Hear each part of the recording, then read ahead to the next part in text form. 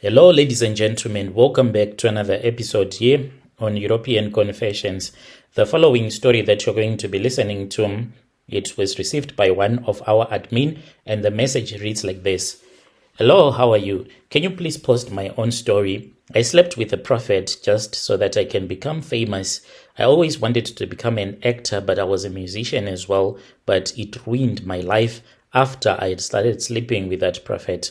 When I was told that I was going to sleep with the prophet, I thought that it was only going to be one time and then we would be done for good. But I did not know that it was an ongoing thing. I will have to keep on sleeping with that prophet until like forever. So I am someone who suffered so much from trauma, childhood trauma, pain and rejection. From the time I was a little girl, I always wanted to become a big star. I wanted to see my name in lights, my face everywhere, and I wanted to be on the big screen. And Nollywood was my escape from reality because I knew that there was no way that I was ever going to be featured like in big Hollywood movie blockbusters, but I saw that Nollywood was something that was so close to home, a reality that is filled with suffering and rejection. Here I am speaking not for myself, but I am speaking for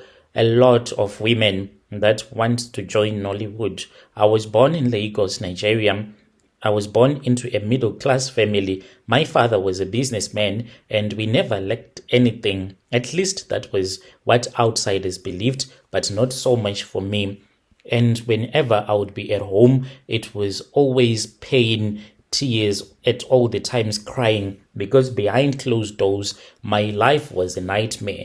Whenever my father was not around, it was living hell for me. My mother passed away when I was just 5 years old, and my father remarried quickly. My stepmother was such a beautiful woman who seemed so innocent, but behind that beauty was a heart that was filled with cruelty. She was so cruel, as if she was the devil herself. She made it clear that she never wanted me. I was disturbing her, in which she called a honeymoon period when she was married by my dad. So she was like, how can I have my husband when this little demon is here? I cannot enjoy like the way that I want to enjoy with my husband because of this demon. I can never forget that. I remember so many nights when I would go to bed hungry. This would happen whenever my dad was not around. She would feed her own children because she had 2 kids from her previous marriage. Yet I was the one who was called the little demon. She would give her children special meals the days when she locked me outside in the rain as a form of punishment for things that her kids had done that I didn't do. The times she would say hateful things to me when no one was around. She would be like, you are a curse. You are a curse. You'll never amount to anything in this life. At first, I believed that she was just a wicked woman. But as I grew older, I started to think that maybe she was right. Maybe I was cursed. Maybe that is the reason as to why I wanted to become famous, to prove to her that I would become something in this world, to become a celebrity. Wherever I would go to, people would give me attention. For I never got any attention from her, never got any attention from my father as well. And my father was blinded by the love that he had for the new wife. My father, all that he cared for was to keep her, to make her happy. And whenever my father would hear me saying bad stuff about him when we were only the two of us, he would never believe me. Rather, he would tell her everything, and he would even punish me whenever she made up lies about me. By the time that I turned 18, my father had died suddenly from an illness. That same week, my stepmom threw me out of the house. I had nowhere to go, no family, no money. And I said, let me become an actress. That was when I had this Nollywood dream. For years, I was struggling. I moved from one small job to another, trying to survive in Lagos. I worked as a waitress, a shop assistant, even cleaned houses so that I can just get something to eat.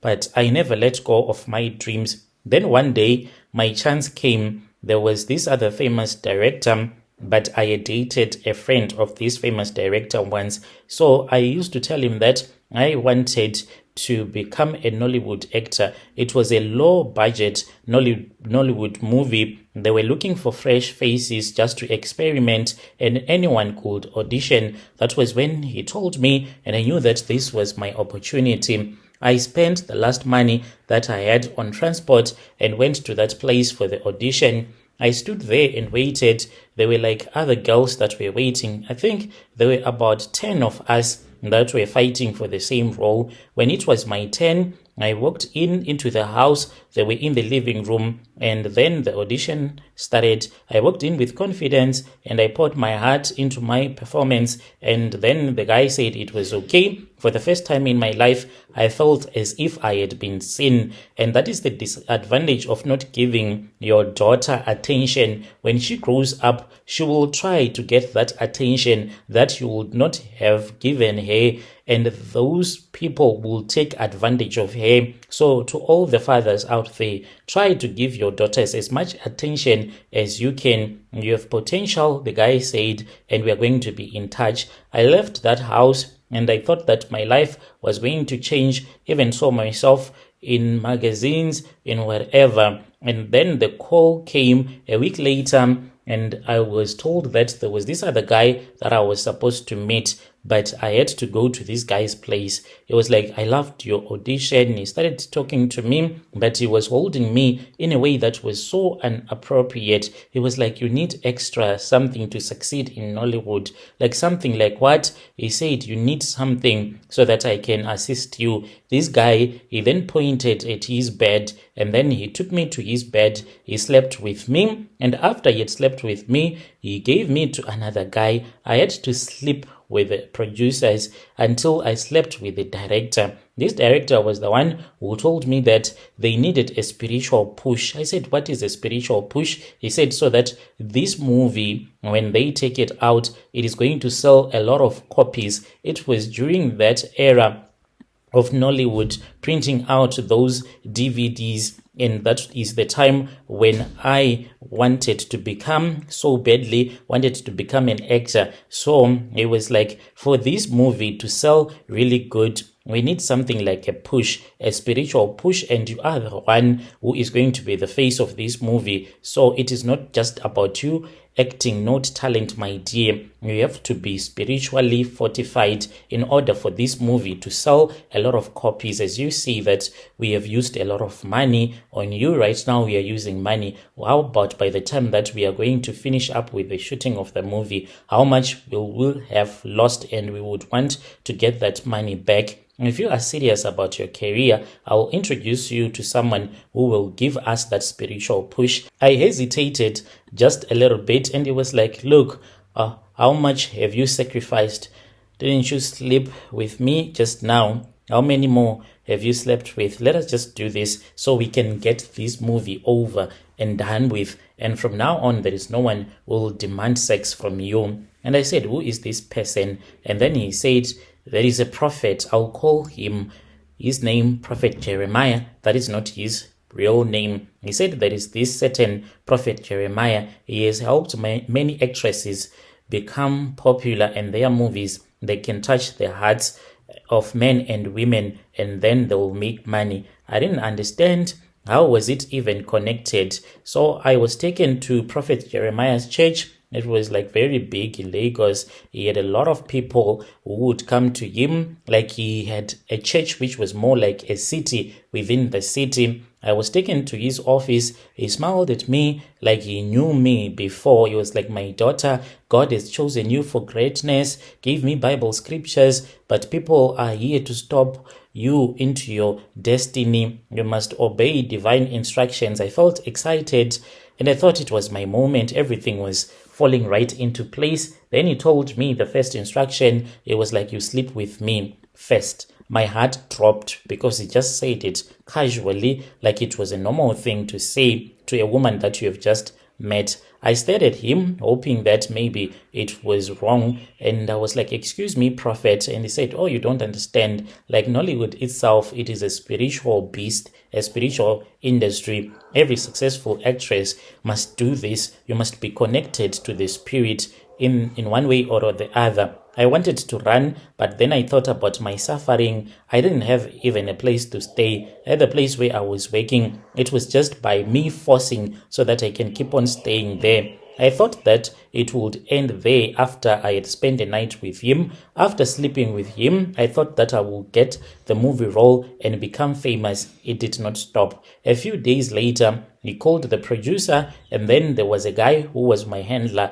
He would come and pick me up, and I would be taken to the prophet. He would be given a brown envelope, and he would just give me small money from the money that the prophet would have given to him. And then the prophet again said, "We need to do something else." He took me to a forest outside of Lagos. There was this other tree, and he asked me to undress again. We slept under that tree, but he didn't touch me as such. He avoided touching me. He said, "You hold everything," like he was a statue. I was the one who was moving up and down whilst he was sleeping on the grass. It was more like a ritual. And then he kept on performing rituals with me. He took me to another shrine, and there was a priest who made me to lie on the ground, and then he came and he slept with me again. I even felt like there was a snake that was crawling in my womb. After weeks of these rituals, I started to experience terrible stomach pains. I was told in a dream that if I was going to be like this, I was never going to have a child. For there are women, I was told,